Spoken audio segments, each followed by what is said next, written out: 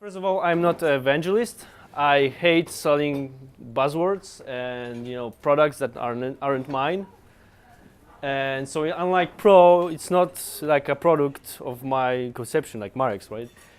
But I think it's worth mentioning because it represents somehow different approach towards how we can do stuff. And I think it's always good. So yeah, let's get started. So yeah, we live in an ocean of complexity, right?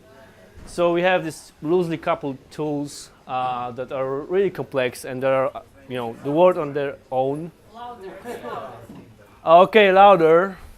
Okay. For example, Docker, right? It has like 20 services right now, 20 different tools, and it's growing like cancer. And you only need to use like 3 of them to actually make use of it, right? And it's hard to mentally grasp all that to feel comfortable in our industry. So I'm going to introduce another thing, right? But I think the way they solve problems actually can simplify a lot of these components, and it's already happening.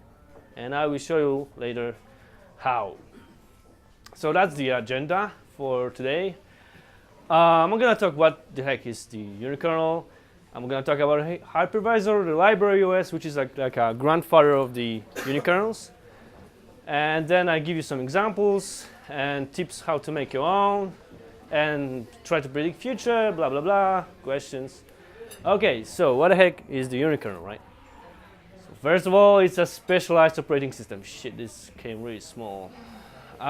Anyways, it says specialized operating system. So yeah, it's a big word, right? We are working on the top layer, on the application layer, and we rarely interact with OS, right? So don't be scared about this. In Unikernels, OS is working for you.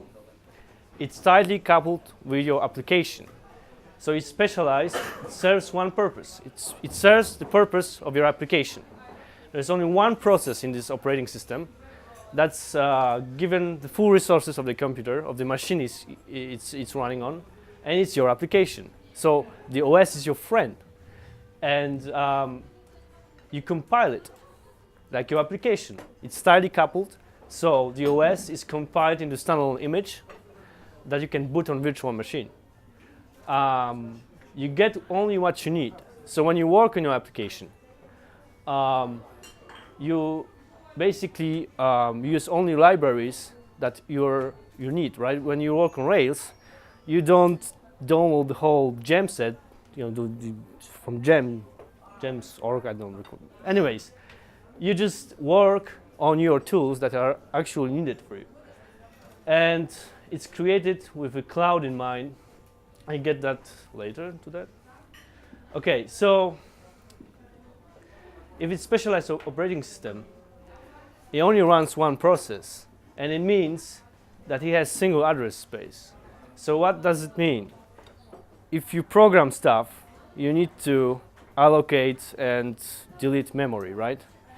And you either do this manually or with the garbage collector, right? And when you're working, when you're programming, you work on addresses, and you are giving the pool of addresses. You can then allocate to RAM, right? Single address space means that, different in normal computer, normal operating system, you have different processes with separate address spaces. Since you have one single process and one application, you only have one single address space, and this simplifies things by a large amount. So, for example, you don't need to care about kernel user mode switch. So there is no privilege kernel, and there is no limited user access. Everything is available for you. It doesn't mean that separation cannot be enforced. Actually, Unikernels tend to be more secure than normal operating systems. I will explain that later. And of course, it can be immutable. So if you are, for example, serving some static files, if you have a web server that just serves static, you can make memory immutable. So no injections. And yeah, the single ring means that you just basically run everything in this, the most privileged area of your memory. So in normal operating systems, kernel has the direct access to your hardware, can really, make your life hell if you have a control over the kernel, right? But you also have device drivers and less privileged device drivers and applications, and we work at this ring free, right?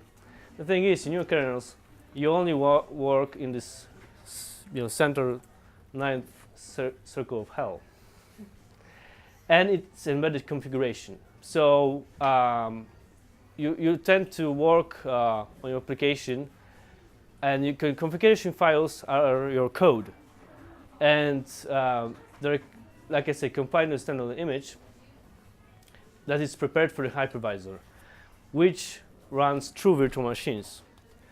And the Unikernel itself can be packaged into different backends. So for example, you can run it as a process, as a binary, executable. You can package it in standard way, this bootable image for your virtual machine, or you can transpile it. For example, one Unikernel can transpile to JavaScript, right? And so the specialization, this is the concept from MyRushOS.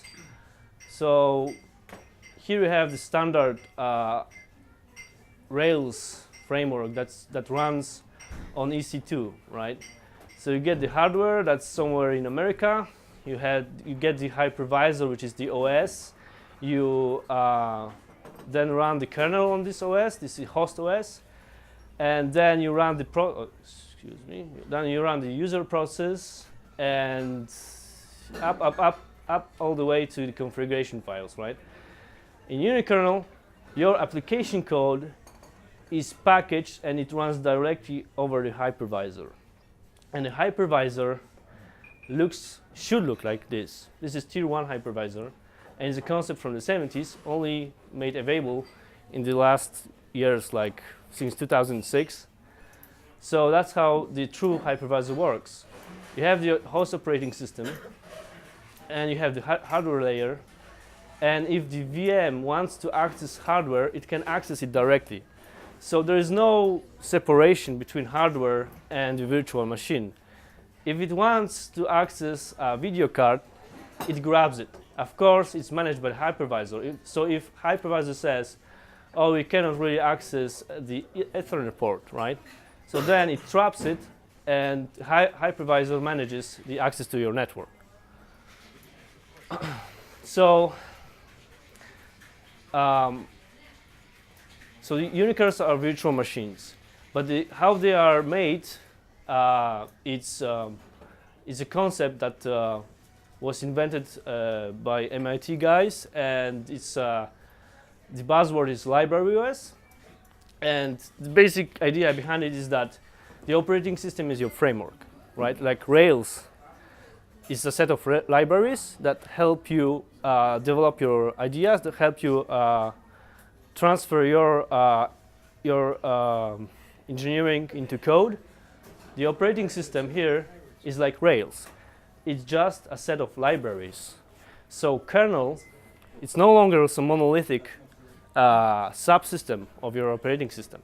It's a set of libraries that you can link with your application. You can get rid of things that you don't use. For example, if you have a Unikernel that processes network packets, and you think that you don't need logging and stuff like that, you don't need to have disk access, you can get rid of the file system, and you can get rid of device drivers for your disk. So this is done on the application layer, right? So it's no longer it's not up to your operating system provider. It's up to you how you can configure libraries so that they serve your purpose. And this is how, can you see it? It's fucking small. This is how it was conceived by the MIT guys, and they called it Exokernel. So on the left, you have the traditional operating system. So you have the kernel that is mediator between hardware and your programs, and it mediates through libraries, right? So you issue system calls, and the system calls say, "Hey, read that file," and the kernel says, "Okay, yeah, I'm reading this." And the kernel has, it produces some instructions that are privileged, and processor CPU knows, okay, this is kernel instruction, it's a privileged instruction, I can read, I can then make hardware read that file, right? And in Exokernel, programs have direct access to hardware, and they can also abstract it through libraries. So yeah, apps can talk to hardware directly. It means that I can put some arbitrary amount of data on sector of my disk, and the kernel doesn't know it, right? I can abstract it through libraries, so that I have file system or logging system, stuff like that, right? But it's entirely up to me how I use the resources of the hardware. And yeah, it's up to designers how they consume hardware resources. So it's all about libraries, abstractions that you either program yourself or you are given by somebody who was careful enough to give it to you.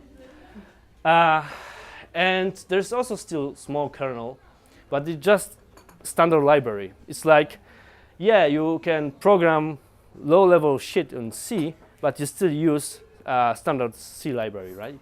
Because you're not currently going to reach it. So the first example I want to give you about Unikernels is Mirage OS. It's like the most popular. And yeah, it tightly follows Exokernel pattern, and it's implemented in OCaml. So this is like a language that's in the ML family, like Haskell. It's statically typed, it has types and type safety and whatnot, and it works best in functional programming. Yeah, like I said before, Mirage OS can target multiple backends. So it can be executable, so you can test it on your computer, test it as a process, as a Unix process, but you can also push it on the bare metal, so you can boot it like a normal operating system from USB, or you can put it on a hypervisor, or you can transpile it into Python or JavaScript. And since the Unikernels are specialized, they can yield great results in terms of image size, memory usage, and boot time. And they can boot within milliseconds. The average size of the Unikernel is like between 2 to 6 megabytes. And there's also and Mirage OS claims that their DNS appliance, so their DNS server, is 200 kilobytes compared to Bind9 appliance, which is 400 megabytes. So you have the difference: 200 kilobytes, 400 megabytes. It's kind of huge, right? And you write everything in OCaml, and it's convenience, right? You would like to write everything in one language, in Ruby, right? So naturally, OCaml guys want to write everything in OCaml. And it works with Zen. So Zen is the most popular hypervisor. So yeah, shit. I will give you a little bit of OCaml. I am not OCaml programmer, but this is gonna kind of like maybe introduce you to how they implemented the library OS, this pattern from 2 slides ago. So in OCaml you have the modules like in Ruby, right? But here every file is a module, and so every file wraps. Every file has the namespace, and for example, if you have a module ML file here, and you put some code here, you can access this code by the name of the file capitalized from another file, right? And yeah, if you want to hide something, for example, this, because everything is public, you need to have the signature file that lists your types, and these are only public types, so this gets hidden from the B module file. And there's also shit like this, functors. So basically, what it does, it's a module that takes another module as a parameter. So it's like a factory for modules. And why it's useful? So for example, you have a mathematical set module that has a make functor, and it can take a module and produce an integer set. And this is kind of important because this is how they solved the exokernel pattern in Mirage. So all you need to know about this picture, if you can read it, because it's like a picture for ants, there's your my home page, right? It's your appliance of your home page. And it consumes the HTTP resource, so something to respond in HTTP. And this one, the HTTP itself consumes TCP resource, and you have two providers. You can either use Unix socket, which is available on your computer if you run Linux, or you can use their own TCP stack. So if you compile the Unikernel to the executable, you're using the Unix socket, right? And it's convenient because you can do some debugging on your local network, do some testing and benchmarking. But if you want to deploy for the cloud, you use their internal TCP library. So yes, these guys recreated the whole TCP stack in OCaml. Another example is Includeos, and this one is written in C++, and you literally include operating system. So this gives you, I think this is the best example of library operating system. It's a fucking library, right? So it has no C layer. It's true C++, and so there's no C. And everything runs in ring 0. So you're just basically walking with a loaded gun, right? But bear in mind that the dangers are only limited to your application, right? So if you fuck up something, you fuck up something within your application. You cannot really fuck up everything else because there is nothing else. And it's single-threaded. It's evented non-blocking I/O. That reminds you of something? Yeah. So if that doesn't, that's good. Acorn is like in the appliance. So this is an app, Unikernel application, and it's just kind of Sinatra Express JS kind of simple server, right? A router or whatever. This is C++ shit, not for pussies, right?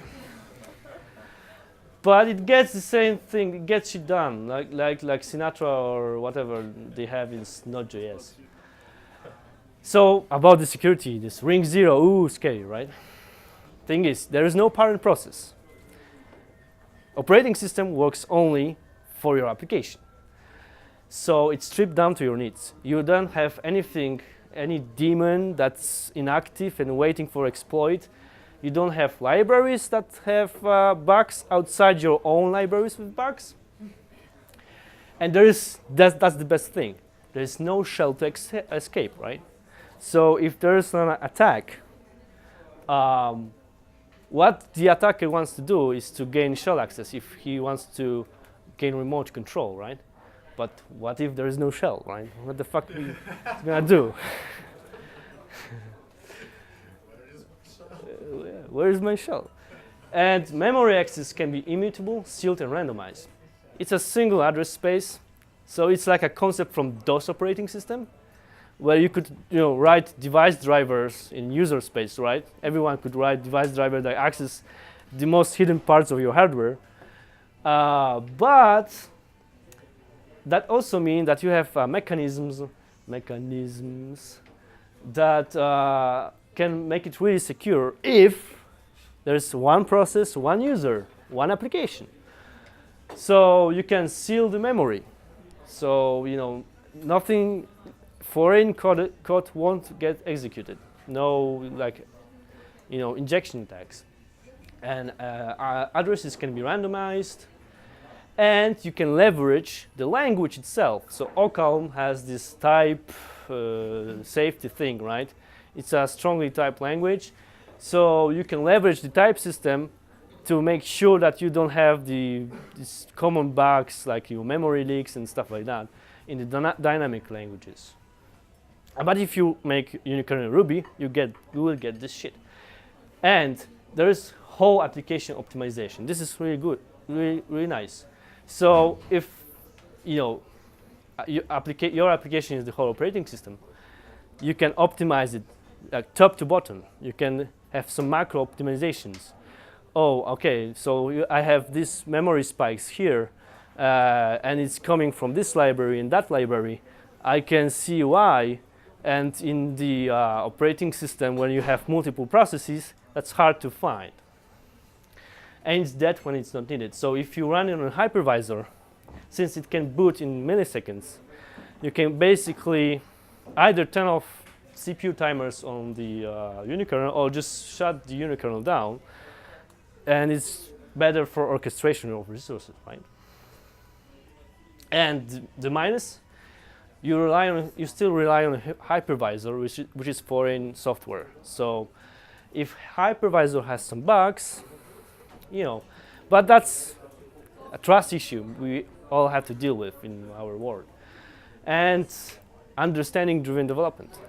So yeah, on the plus side, if you make your own SSL library, then you don't have the heartbleed bug. But it's your own SSL library. You can have other bugs. So it's like a red with green, so it's violet, right? And the tips to make your own Unikernel. Shit, what the fuck? Sorry, Alex. So you have to first get to know Zen. So they get to know the most popular hypervisor. Right. Get to know the API, and it's hard because it's hard because it's a complex project. It's all over the internet, and it's really hard to get the gist of it. But it's the kernel, writing kernel is not the biggest challenge if you think of the operating system.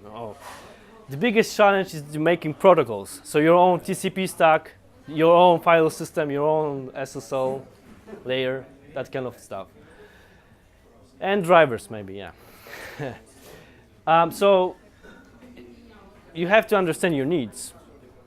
It may be possible that it's already solved by you. So don't reinvent the wheel. And yeah, it's a challenge, but it's a fun one. So what are the issues today? Well, stability challenge. I mean, the code is fresh, it's young. The concept is old, but only recently got picked up. So the things are in the alpha stage right now. Orchestration challenge. So you have the Unikernels running on hypervisors in a cloud, but they have to be orchestrated somehow. So load balanced, and you need to manage them through some interface. That's makes DevOps happy, right? But Unikernel systems, so the guys behind the Mirage, it was bought by Docker recently, and they already used it in Docker for Mac. So they basically put Unikernel inside of the Mac OS application, and they do pretty wacky stuff with this, but it's something. And what was born out of this is this micro KVM Solo 5. Google it. I won't explain it because I don't have time. And yeah, Unikernels in containers. So Unikernels are not the containers enemy. They can leverage containers. And this is something that these guys at Docker are thinking hard about. So the other Unikernel projects I would briefly mention is a RAM kernel. So writing your own drivers, writing your own TCP stack can be tedious. So NetBSD, they provide you RAM kernel, which is like this tiny Unikernel that you can port to the process or to the Zen. But it comes with NetBSD ABI and drivers, so you can leverage the drivers that are already there. And it compiles the POSIX, so you can run on Linux, FreeBSD. It has a bare metal support and Xen. And this is interesting. You can run Rails on that. Somebody did. So it already has orchestration tools, It has JVM included, so you can run Java on it. And it's only for cloud appliances and for the virtualization. So you cannot really boot it from USB port drive.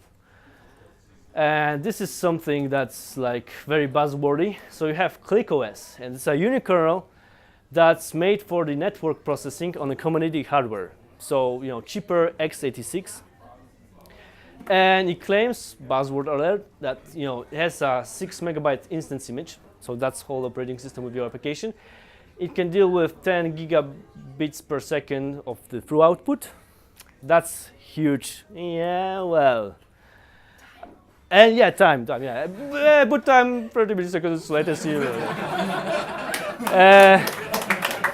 Yeah. And there's already an orchestration tool called Unic. It's like a meta unikernel. So it has supports from many unikernels. So you pick your language and build unikernel, blah blah blah. This you can just copy this link. I put some resources about how to about unikernels and how to make one. And there's one example that I really love. It's a Lisp on Zen. It's basically a Lisp interpreter that boots directly from Zen hypervisor. It's the smallest, most useless unikernel out there. It doesn't even have a kernel. It's just a Lisp interpreter, and from there you can build everything on Lisp. It's like a seed, but it's great to understand Zen, right? Yeah, the questions. Are this technology ready for production? Can you maybe give us some list of companies that use this? Yeah, so on this here, there's like a link to Unikernels.org, and they have the list of the companies that already use it.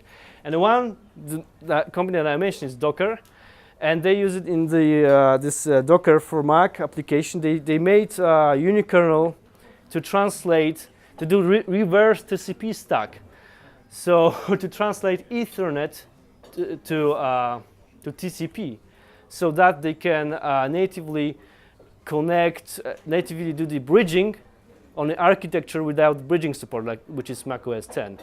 There is like a YouTube talk about from the MyOS guy that talks about it. But yeah, it's hard to find the production examples right now, and they actually use it in networking and banking appliances. And the Zen itself it uses unikernels. Yeah. So I have two questions. First question is: has someone run Doom 2 on Unikernel? If somebody ran Doom 2 on the touch bar of the this Mac Pro, so I think there is Doom for Unikernel. And, I mean, you can do this yourself. I can tell you how. Yeah. So you have this Includeos, and see here, it says your C++ code starts in service CPP. You find that file in a Unikernel that you download from GitHub, and you put your Doom headers there, and it's done. And how thick is framework layer between? Because in my application, I don't want to think about ext3 file system or FAT. Yeah, that's the thing. This is different. Yeah, this is a different tool. If you don't want to think, then it's not for you.